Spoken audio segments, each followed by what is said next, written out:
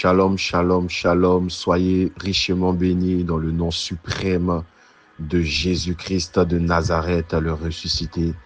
Le Dieu qui croit en nous, qui a cru en nous avant même que nous soyons emmenés dans ce monde, avant même que nous soyons formés dans le sein de notre mère, ce Dieu qui avait une destinée pour nous, qui avait un plan pour nous. Alléluia.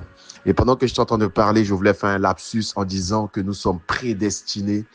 Et en vrai, nous sommes prédestinés aux choses grandioses, aux choses colossales. Parce que si nous sommes venus dans ce monde, nous sommes venus pour impacter ce monde. Nous sommes venus pour laisser une empreinte qui va retenir qu'un fils de Dieu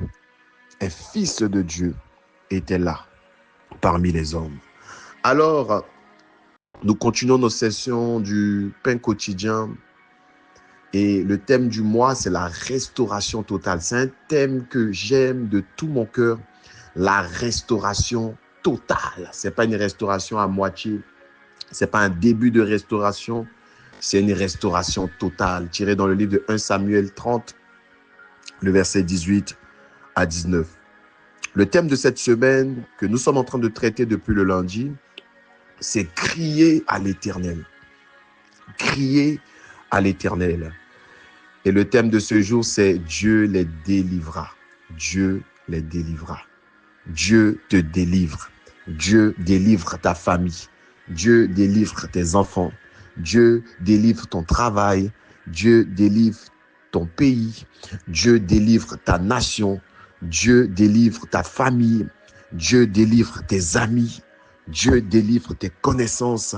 Le thème de ce jour, Dieu les délivra. Alors, nos textes de méditation sont tirés dans le livre de Psaume, Psaume 107, la strophe 6. Je lis la parole du Seigneur avec respect. Dans leur détresse, ils crièrent à l'Éternel et il les délivra de leur angoisse. Dans leur détresse, ils crièrent à l'Éternel et il les délivra de leurs angoisses. Ah! Bien-aimé, lorsque tu es dans la détresse, à qui cries-tu?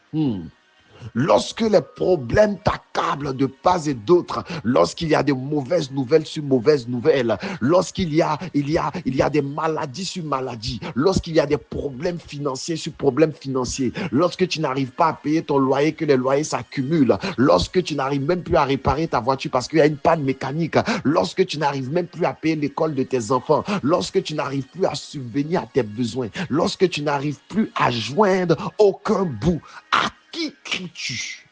C'est ça ma question pour commencer cette méditation. Parce que la parole de Dieu dit dans leur détresse, ils crièrent à l'Éternel. Toi, tu cries à qui? Est-ce que ton regard est figé sur la personne qui t'aide toujours? Est-ce que, étant dans le mariage, tu comptes d'abord sur ton mari avant de compter sur Dieu? Est-ce que tu comptes d'abord sur tes enfants avant de compter sur Dieu? Est-ce que tu comptes d'abord sur ta femme avant de compter sur Dieu? Est-ce que tu comptes d'abord sur un homme avant de compter sur Dieu? La Bible déclare que pendant leur détresse, dans leur détresse, pendant que tout les accablait, pendant qu'ils ne savaient plus où regarder, ils n'ont pas regardé à un homme, ils ont regardé à Dieu et ils ont crié à Dieu. Et ce passage me fait me souvenir, oui, du peuple d'Israël en Égypte.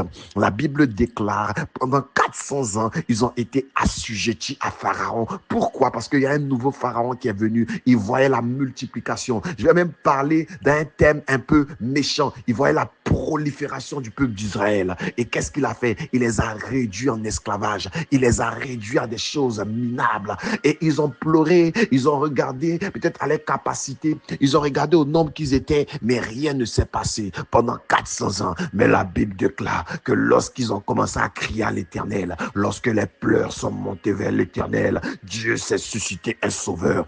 Je ne sais pas sur qui tu comptes, je ne sais pas si tu comptes sur ton intelligence. Ça fait longtemps que tu es dans des problèmes financiers et tu te dis, je vais multiplier des travails, je vais multiplier des petits boulots, je vais multiplier plusieurs choses pour pouvoir sortir de cette situation. Laisse-moi te dire, il y a des situations qui ne dépendent pas de la nature humaine. Il y a des situations qui ne sont pas simples. Ce sont des situations où il faut parler au monde des esprits, où il faut parler aux anges. Et la seule entité qui est au-dessus de tout cela, Daniel pouvait dire, notre Dieu, le Père des esprits. Il faut crier à l'Éternel, le Père des esprits. Skaskandefali abrados abrados. Labrada brada brada brada bradabus. Alors je vais pas être long ce matin. Quelle est la situation qui persiste dans ta vie? Crie à l'Éternel. Est-ce que c'est un célibat prolongé?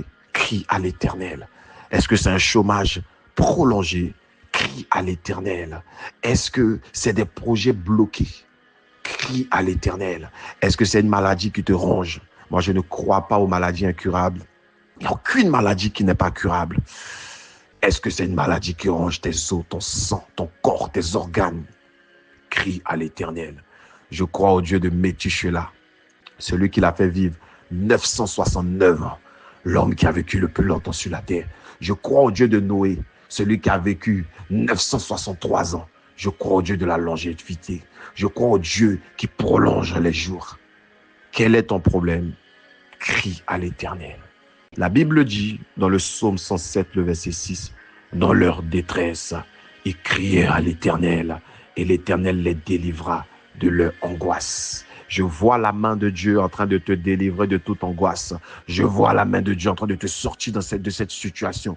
Peut-être que tu croyais que c'était fini pour toi. Je vois la main de Dieu, le Dieu qui a fait accoucher Sarah à 90 ans, le Dieu qui a relevé le visage de Anne devant les mortifications de Pénina, le Dieu qui a pris David de la brousse pour le faire asseoir sur le trône et qui a affermi son trône pour toujours et à perpétuité. Ce Dieu fort et puissant en qui rien n'est impossible. Il n'y a pas, le mot impossible n'existe pas dans le lexique d'un enfant de Dieu. Et le remède pour ça, c'est de crier à l'Éternel.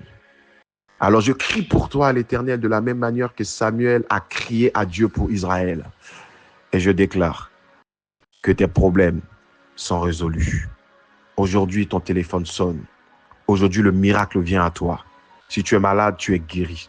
Si tu étais chômeur, on t'appelle, tu as du travail. Si c'est le mariage que tu attendais, les 5 mois ne passeront pas et tu seras marié. Tout y va de ta foi. Alors jette ton pain à la surface de l'eau. Crois que ces paroles que j'ai annoncées vont s'attacher à ta vie.